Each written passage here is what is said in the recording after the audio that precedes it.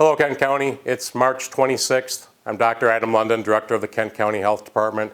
And before I tell you today's latest COVID-19 numbers, I've got some exciting news I'd like to share with you. And that is that tomorrow we're going to have a virtual town hall right here in Studio Kent at the Kent County Health Department. And that'll be a virtual town hall through Facebook.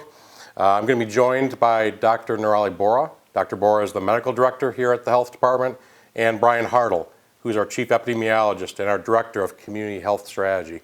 Should be a great conversation. If you want to go ahead and forward those questions to us, you can go ahead and do that in Facebook Messenger. You can also enter questions tomorrow during the virtual town hall in the comment section below the live feed. Should be really exciting. We're really looking forward to the opportunity to talk to all of you and answer those questions that you have right now related to COVID-19. So, just got an update from the state of Michigan related to the latest numbers, and there are 2,856 cases of COVID-19, positive diagnosed cases of COVID-19 statewide right now. There are a total of 60 deaths in the state, which is an increase of 17 over yesterday. Here in Kent County, our positive COVID number is up to 41, which is an increase of 6 cases over yesterday, and still the 1 death. I'm pleasantly surprised that we have made it this long without seeing a substantial jump in the number of cases and, more importantly, in the number of deaths here in Kent County.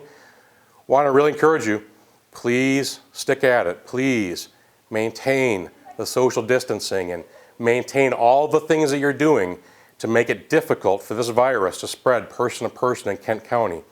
It's working somewhat, okay? It's too early to claim any victories, and we've got a long road ahead of us.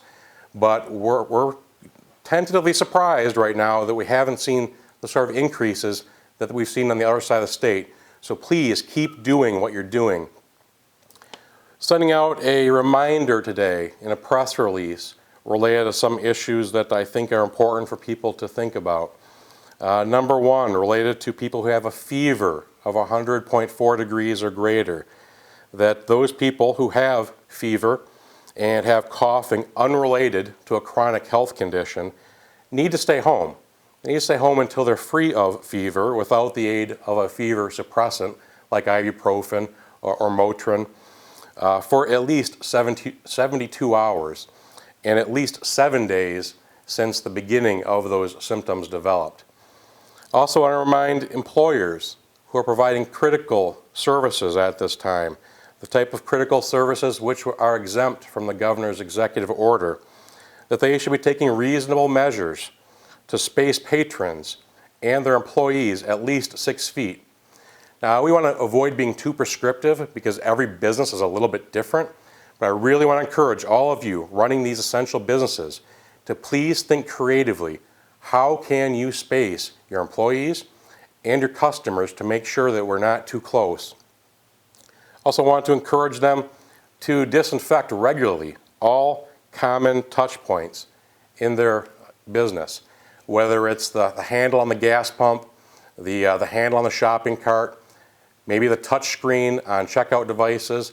Anything in your business that people are commonly touching should be disinfected regularly. And of course, send ill employees home. It's really up to you as the manager, the operator of these businesses to notice when you have people who are struggling with a cough or aren't quite themselves. Invite them to leave, please. We need to make sure that we're not further increasing the risk to anyone. Any person who's knowingly been exposed to a positive case of COVID-19, who's had close contact with someone positively diagnosed with COVID-19, you should be quarantining yourself at home for 14 days and watching your health to see if you develop those symptoms. And finally, we're getting a lot of questions about playgrounds and people who are seeing kids and families on playground equipment. And while there's not an executive order or a public health order prohibiting playing on playgrounds, I want to really encourage parents to have our kids play somewhere else. Playgrounds really aren't, the playground equipment anyway, really isn't a good idea for kids right now because of the increased number of people in one small area, but also because the kids are touching all of those surfaces. It's really not a great idea. We should be encouraging kids to play outside, but not on playground equipment that's shared by other kids. It also, if you are the owner-operator of a park where you have public playground equipment, I'm going to encourage you to maybe put signs up or maybe make it clear that you're discouraging kids from playing on the playground equipment. Again, playing outside, great. We want to encourage kids to get outside and play. That's very important to their health. But let's try to avoid that public playground equipment at this time. That's all for right now. I'm Dr. Adam London, Director of the Kent County Health Department. Again, I want to encourage you to tune in tomorrow, Friday the 27th at 2 o'clock, and we'll be having a virtual town hall on Facebook. Thank you.